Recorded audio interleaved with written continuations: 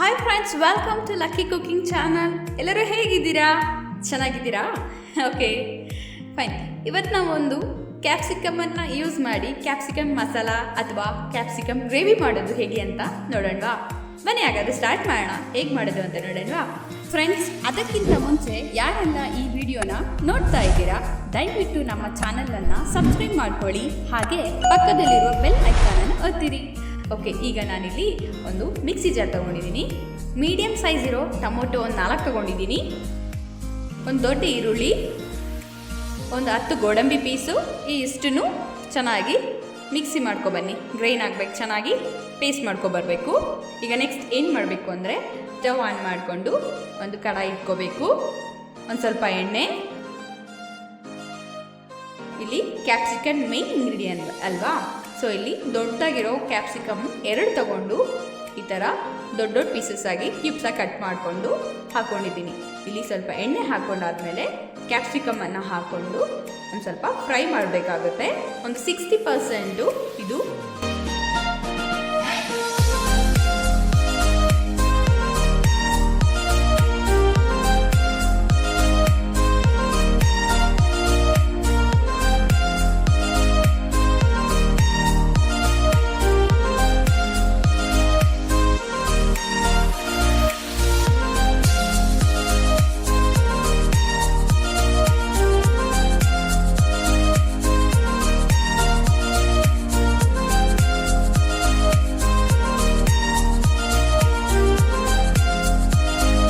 ಆಗಬೇಕು. ಫ್ರೈ ಆದಮೇಲೆ ಒಂದು ಪ್ಲೇಟ್ಗೆ ತೆಗೆದಿಟ್ಕೊಳ್ಳಿ.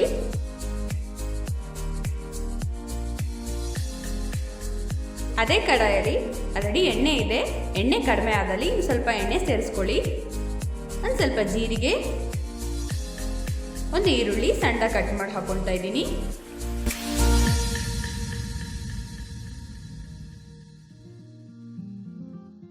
ಸಾಲ್ಟ್ ಹಾಕೋದ್ರಿಂದ ಚೆನ್ನಾಗಿ ಬೇಯುತ್ತೆ, ತುಂಬ ಟೇಸ್ಟಿಯಾಗಿ ಕೂಡ ಇರುತ್ತೆ.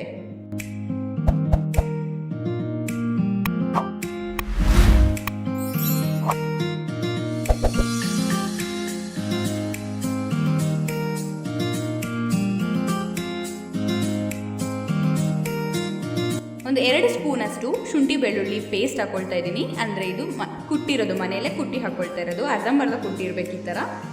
ಸೊ ಹಸಿ ವಾಸನೆ ಹೋಗೋ ತನಕ ಬೇಯಿಸ್ಕೊಳ್ಳಿ.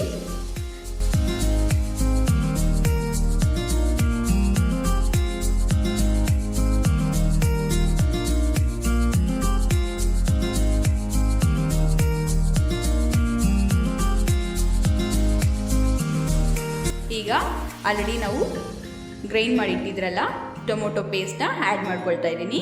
ಒಂದು ಸ್ವಲ್ಪ ನೀರು ಹಾಕ್ಕೊಂಡು ಜಾರಲ್ಲಿರೋದನ್ನೆಲ್ಲ ಮಿಕ್ಸ್ ಮಾಡಿಕೊಂಡು ಹಾಕ್ಕೊಳ್ಳಿ.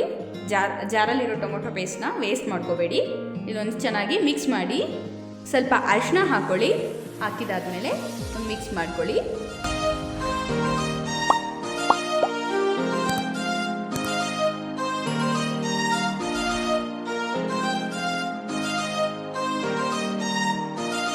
ಮುಚ್ಚಳ ಹಾಕಿಬಿಟ್ಟು ಒಂದು ಸ್ವಲ್ಪ ಬೇಯಿಸ್ಕೋಬೇಕಾಗುತ್ತೆ. ಮಧ್ಯ ಮಧ್ಯದಲ್ಲಿ ಚೆಕ್ ಮಾಡ್ಕೊಳ್ಳಿ, ತಳ ಹಿಡಿಬಾರ್ದು. ಸ್ವಲ್ಪ ಗ್ರೇವಿ ಥರ ಹಾಕಬೇಕಲ್ವಾ, ಸೊ ಅದಕ್ಕೆ.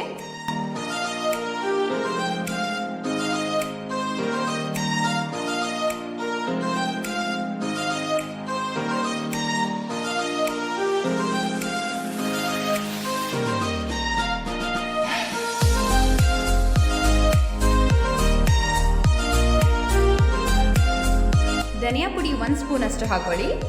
ಗರಂ ಮಸಾಲ 1 ಸ್ಪೂನಷ್ಟು ಹಾಕೊಳ್ಳಿ. ಕಾಶ್ಮೀರಿ ರೆಡ್ ಚಿಲ್ಲಿ ಪೌಡರ್ ಒಂದು ಅರ್ಧ ಸ್ಪೂನ್ ಹಾಕ್ಕೊಳ್ತಾ ಇದ್ದೀನಿ.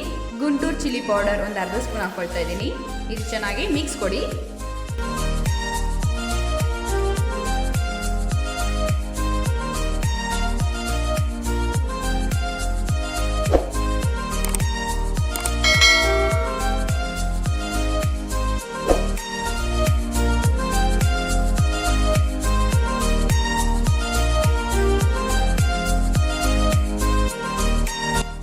ಮಿಕ್ಸ್ ಆದಮೇಲೆ ಮುಚ್ಚಳ ಮುಚ್ಚಿ ಒಂದು 2 ನಿಮಿಷದ ಕಾಲ ಮತ್ತೆ ಬೇಯಿಸ್ಕೊಳ್ಳಿ. ಒಂದು ಸ್ವಲ್ಪ ಗ್ರೇವಿ ಗಟ್ಟಿ ಆದ್ರೇ ಚೆನ್ನಾಗಿರೋದು. ಸೊ ಈಗ ಸ್ವಲ್ಪ ಗಟ್ಟಿ ಹದಕ್ಕೆ ಬಂದಿದೆ.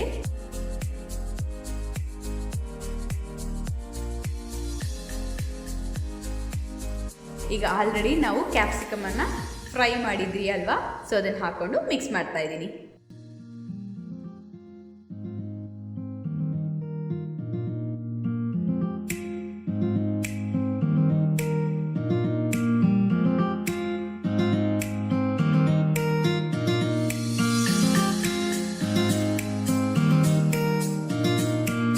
ಇಲ್ಲಿ ಕೊನೆಯದಾಗಿ ಒಂದು ಅರ್ಧ ಸ್ಪೂನಷ್ಟು ಕಸ್ತೂರಿ ಮೇಥಿನ ಹಾಕ್ಕೊಳ್ತಾ ಇದ್ದೀನಿ, ಮತ್ತು ಸ್ವಲ್ಪ ಸಾಲ್ಟ್ ಹಾಕ್ಕೊಳ್ತಾ ಇದ್ದೀನಿ. ಇದು ಮಿಕ್ಸ್ ಮಾಡಿದೆ, ಚೆನ್ನಾಗಿ ಮಿಕ್ಸ್ ಮಾಡ್ಕೊಳ್ಳಿ. ಅಷ್ಟೇ, ರೆಡಿ ಆಯಿತು ನಮ್ಮ ಕ್ಯಾಪ್ಸಿಕಮ್ ಮಸಾಲ ಅಥವಾ ಕ್ಯಾಪ್ಸಿಕಮ್ ಗ್ರೇವಿ ರೆಡಿ ಆಯಿತು. ಚಪಾತಿ ಜೊತೆಗೆ ತುಂಬಾ ಚೆನ್ನಾಗಿರುತ್ತೆ, ಟ್ರೈ ಮಾಡಿ ನೋಡಿ. So thank you so much for watching my video. Please like, share and subscribe. ಮರಿದೆ ಬೆಲ್ ಐಕಾನನ್ನು ಒತ್ತಿ. Thank you.